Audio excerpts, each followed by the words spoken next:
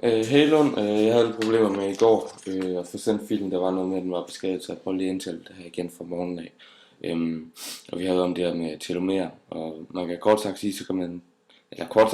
sige, at en telomere det er sådan et endestykke. Og det er ligesom resten af kromosomet opbygget af en nuklearsyre, altså et molekyle sammensat af nukleotider. Og vi kan se her, der har vi en telomer, som, altså det er kromosomet her, så kan vi se det gule eller orange ude i enderne, det er altså telomeret, som sidder, og det er jo endestykker på kromosomet. Og man kan sige, i modsætning til kromosomsgener, så koder telomeret ikke for noget, men det sørger derimod for, at kromosomenderne er stabile, at de ikke bliver nedbrudt, og at de ikke klistrer sig sammen, som de normalt ville gøre, fordi de er ret klistrede.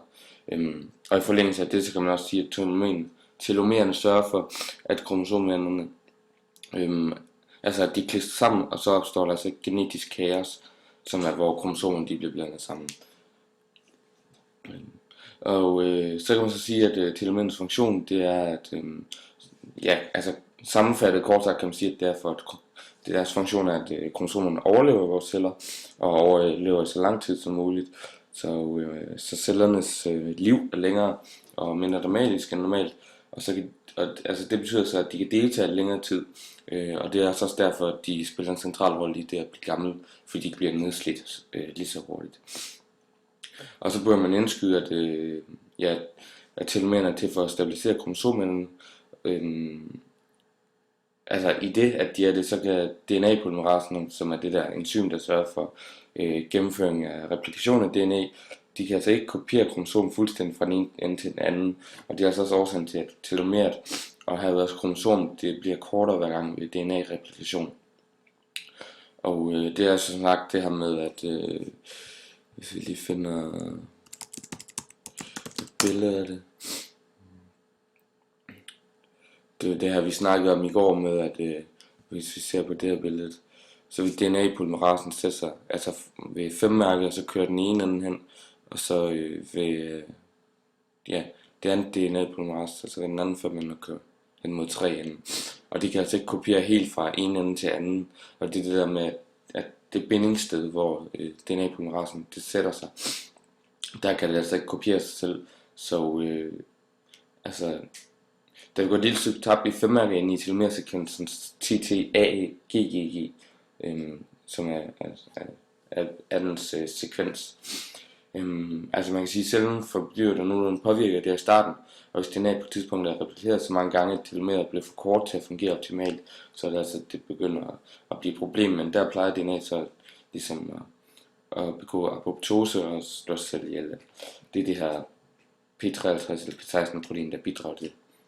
Og det opfattes altså som DNA-skade, der kan medføre, at altså dermed, hvis det bliver for kort, så kan det medføre, at nogle proteiner, som f.eks. det P53, som er cancerprotein, der sidder på kromosom 17, og tjekker kvaliteten af cellers arvemateriale.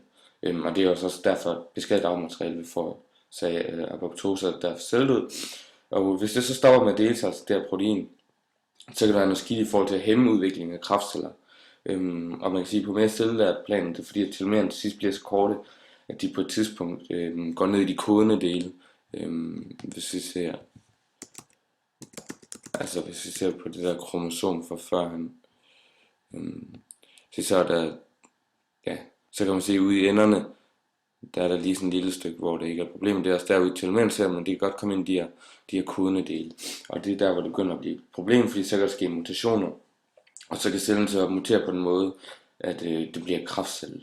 Og der vil de her P53-P16 jo normalt, så vil de i gang sætte den her apoptose og celledød, så kræftcellen ikke overlever, men hvis P53-P16 har stoppet med at dele sig og ikke kan sørge for kræftcellens død og fungere optimalt, så kan enkelte kræftceller altså overleve, hvorfor de kan dele sig uhæmmet simpelthen for kræft.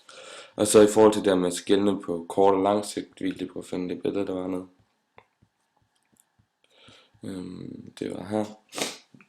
Så kan man sige, at der fik du 7-9, at normale cellerne, hvor telomeren bliver kortere og kortere, det er altså de her med lilla.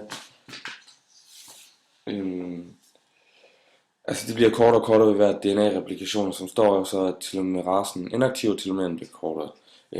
Og så når det til sidst den her half-life grænse, hvor de er så korte, at de kan risikere at beskadige de kodende dele af DNA, så derfor så dør de. Og så vil de stoppe delingen, så de ikke kan forårsage kræft. Men der er så nogle celler, som har mutationer eller fejl i det her B53 eller B60, så de på længere sigt, eller hvis bare det er beskadiget, som f.eks. på grund af UV-stråling eller andet, der kan beskade det, så vil cellerne ikke stoppe delingen med den her hæflegrænse, som er hernede. Og så vil det fortsætte lidt endnu, indtil de ofte er her i krisen de fleste dør, eller sådan en genetisk kaos, hvor de simpelthen ikke kan overleve, fordi de er ødelagt så meget. Også fordi telomeren er så kort. Der kan vi se herovre, at telomerasen er stadig inaktiv, men telomeren bliver endnu kortere. Men det er så ikke altid, at de her celler de dør. Det kan være muteret eller beskadiget på en eller anden måde, så det rent faktisk godt kan overleve, samt at der er en mutation eller beskadelse ved telomerasen, sådan altså forbliver aktiv. Og det betyder, at telomererne hele tiden bliver længere og længere.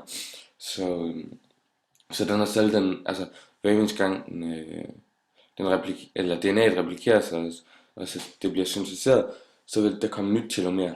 Og det kan også være et problem, fordi så kan kræftcellen jo overleve.